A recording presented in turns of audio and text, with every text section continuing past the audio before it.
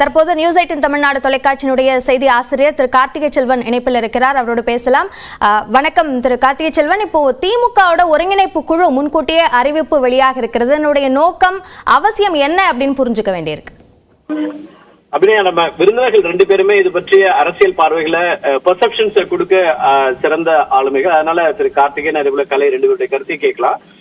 இப்போதைய இந்த அறிவிப்பு அப்படிங்கிறது கட்சிக்குள்ளேயே பலர்கிட்டையும் ஆச்சரியத்தை உண்டாக்கி இருக்கிறது. 2026 தேர்தலுக்கு இன்னும் நாள் அதிகமா இருக்கக்கூடிய, இன்னும் பல மாதங்கள் இருக்கக்கூடிய சூழல்ல திமுக அந்த தேர்தலுக்கும் தயாராக வருகிறது அப்படிங்கிறதும், முதல் அடி எடுத்து வைக்கிறது அப்படிங்கிறதும் அரசியல் வட்டாரத்துல ஒரு கவனம் பெறக்கூடிய ஒரு அறிவிப்புன்னு பார்க்கலாம். ஏற்கனவே இந்த அமைப்பு இருந்தது. 2024 நாடாளுமன்ற தேர்தலில் கூட்டணி கட்சிகளோடு பேசுவது உள்ளிட்ட அம்சங்களை முன்னெடுத்தாங்க. இப்போ இருக்கிறதுங்கிறது கட்சிக்குள்ள என்னென்ன மாற்றங்களை கொண்டு வருவது அப்படிங்கிறதுக்கான ஒரு ஏற்பாடாகவும் இது பார்க்கப்படுது. தொடர்ச்சியா நம்ம பார்த்துட்டு இருக்கோம். இந்த கடந்த சில நாட்களாகவும் பார்க்கிறோம். திரு உதயநிதி ஸ்டாலின் அடுத்த கட்டத்திற்கு நகர்வார், கூடுதல் பொறுப்புகள் அவருக்கு கொடுக்கப்படும் அப்படிங்கிற பேச்சுகள் அதெல்லாம் வரக்கூடியதையும் பார்க்கிறோம். அதையும் இதோடு சேர்த்துதான் பார்க்க வேண்டியிருக்கிறது. முதலமைச்சர் அமெரிக்கா செல்வது, அதற்கு முன்னதாக சில மாற்றங்கள் அமைச்சரவையில் செய்யறது, இதெல்லாம் ஒரு பக்கம் இருந்தாலும் அடிப்படையில இந்த குழு என்பது கட்சியில நிறைய சீரமைப்புகளை செய்யதாக இருக்கும். ஏன்னா நிறைய 2026 தேர்தலுக்கு முன்னதாக நிறைய மாற்றங்களை கொண்டு வரணும், நிர்வாகத்துல நிறைய மாற்றங்களை. இப்போ இன்னொன்னு என்ன முக்கியமா பண்ணுவாங்கன்னா, 24 தேர்தல், 2024 நாடாளுமன்ற தேர்தல்ல அந்த தேர்தல்ல வந்த முடிவுகளை வைத்துக் கொண்டு அசம்பிளி செக்மெண்ட் வைஸ் எந்தெந்த அசம்பிளி செக்மெண்ட்ஸ்ல டிஎம்கேவோட பெர்ஃபார்மன்ஸ் என்னவா இருந்திருக்கிறது, எங்க குறைஞ்சிருக்கு, எங்க தோல்வி அடையக்கூடிய இடத்துல இருந்திருக்கிறோம் உள்ளிட்ட அம்சங்களை எல்லாம் ஆராய்ந்து அதன் அடிப்படையில கட்சியில இருக்கக்கூடிய நிர்வாக மாற்றங்களும் வரலாம் அப்படிங்கிறதும் முக்கியமாக கவனிக்கப்படக்கூடியதா மாறி இருக்கிறது.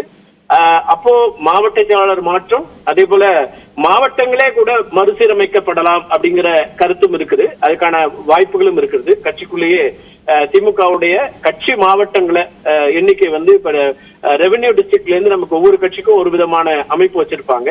அதே போல திமுகவுடைய இந்த மாவட்டங்களுடைய எண்ணிக்கை உயர்த்தப்படுவதற்கான வாய்ப்புகளும் சாத்தியக்கூறுகளும் இருக்கின்றன.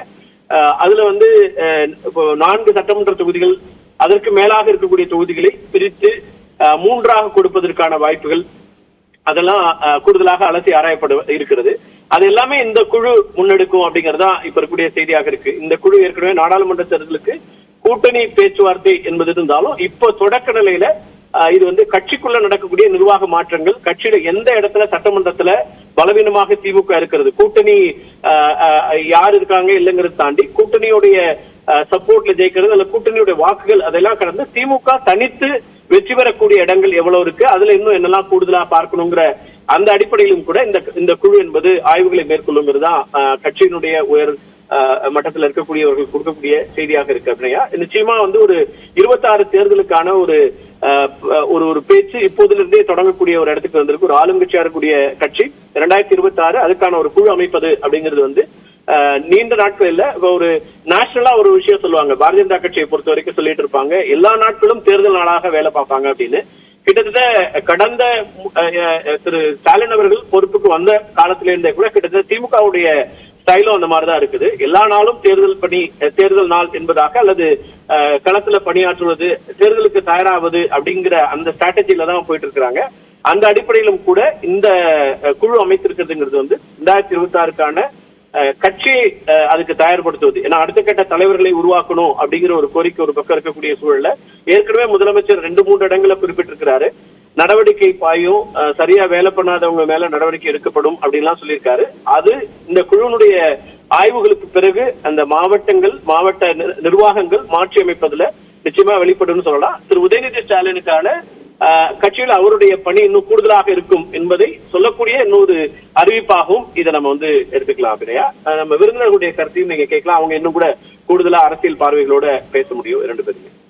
நன்றி திரு கார்த்திகை செல்வன். முக்கியமாக திரு உதயநிதிக்கான கூடுதல் பொறுப்பு சார்ந்த விஷயங்கள், அது மட்டுமல்லாமல் திமுகவிற்குள் அமைப்பு ரீதியிலான மாற்றங்களுக்குமான விஷயமாக இந்த ஒருங்கிணைப்பு குழு செயல்படும் என்ற கருத்தை தெரிவித்திருக்கிறீர்கள். நன்றி.